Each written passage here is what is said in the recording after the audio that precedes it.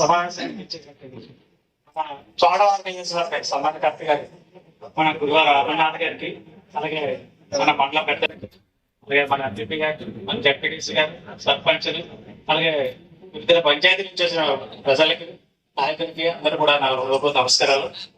ఈ రోజు మనం ఇప్పటి వరకు కూడా పోయిన 5 సంవత్సరాలు కూడా మన గవర్నమెంట్ లో ఉన్నాం. ఉండి చేయడం అనేది వేరు.